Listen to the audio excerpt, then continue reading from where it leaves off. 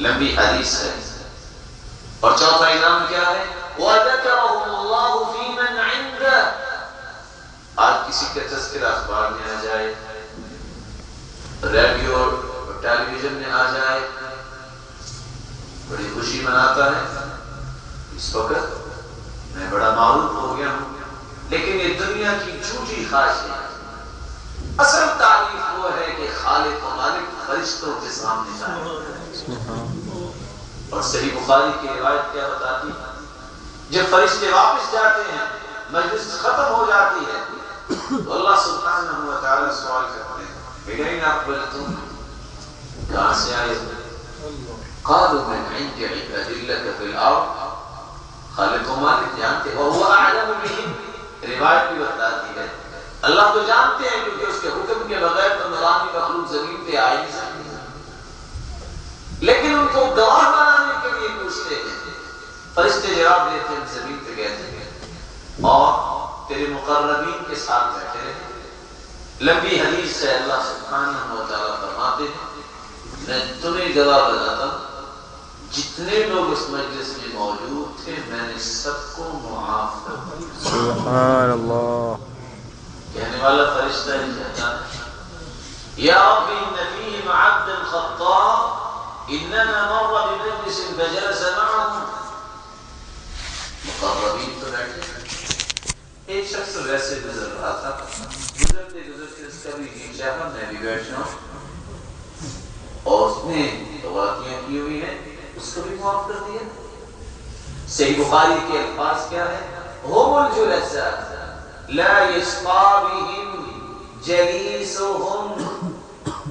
بیٹھنے والے مجھے اتنے پیارے لگتے ہیں، کوئی چلتے چلتے ویسے بھی ان کے ساتھ بیٹھ جائے، ان کی رفاقت حاصل کر لے، میں اس کو بھی معاف کر دیتا ہوں. انتہائی قابل قدر. سامعین کرام، اس سے بڑی سعادت کیا ہے؟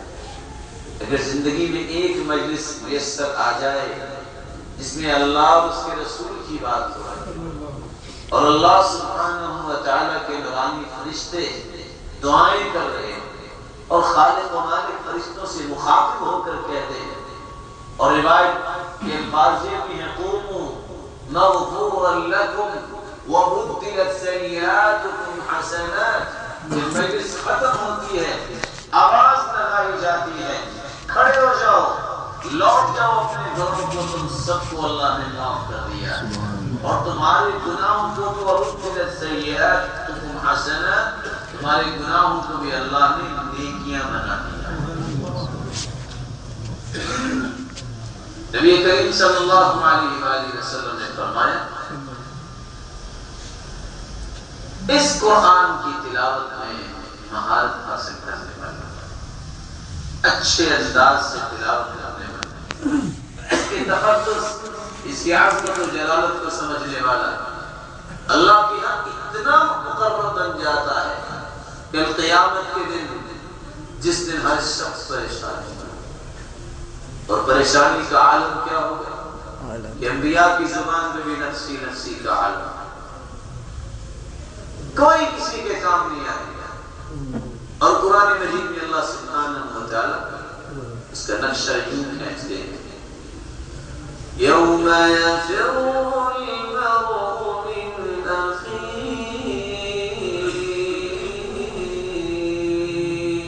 وامہ وابیہ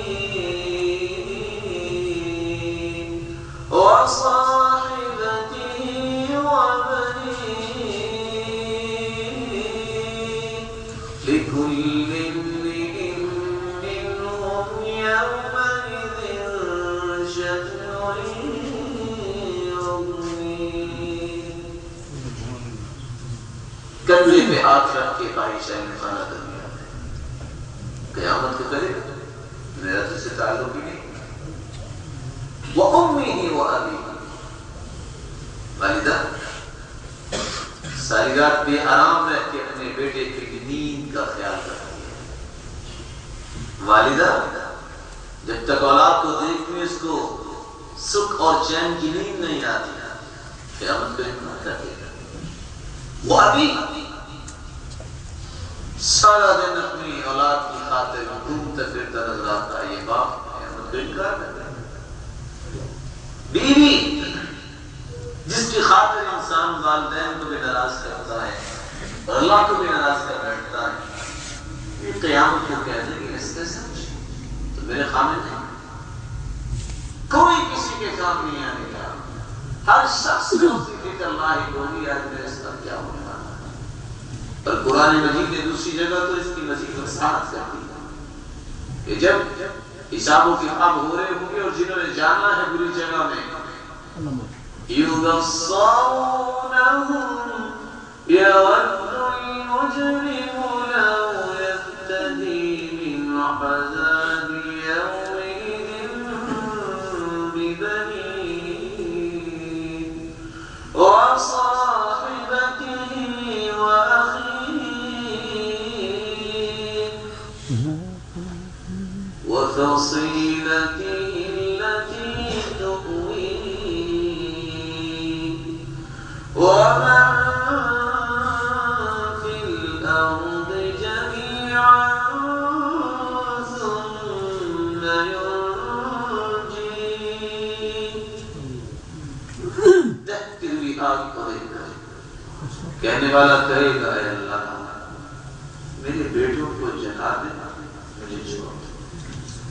وصاحبتہ وأخیہ، اللہ بیوی کو بھی جلا دے، بھائیوں کو بھی جلا دے، مجھے چھوڑ دے۔ وفصیلتہ التی تؤویہ، جس خاندان کی طرف میں بھاگ بھاگ کے جاتا ہے اور مجھے خاندان کا بڑا مان تھا، اے اللہ پورا خاندان جلا دے، مجھے چھوڑ دے۔ وَمَنْ فِي الْأَرْضِ جَمِيعًا ثُمَّ يُنْجِيهِ، اللہ اگر تو اس طرح بھی راضی نہیں ہوتا، میں کہتا ہوں پوری کائنات کو جو زمین پہ بسنے والے تھے سب کو جلا دے۔ آواز قرآن مجید کا پیغام کیا دیتا ہے، کیا ملے گا جواب؟ کَلَّا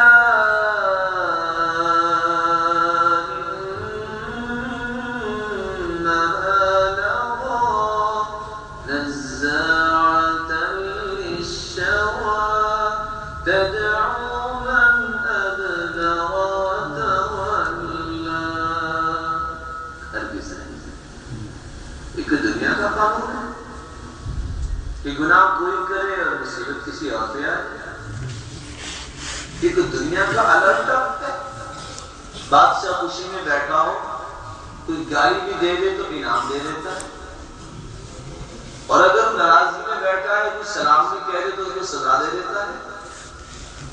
یہ دنیاوی بادشاہ کی بات نہیں ہے، یہ خالق مالک کے فیصلے ہیں۔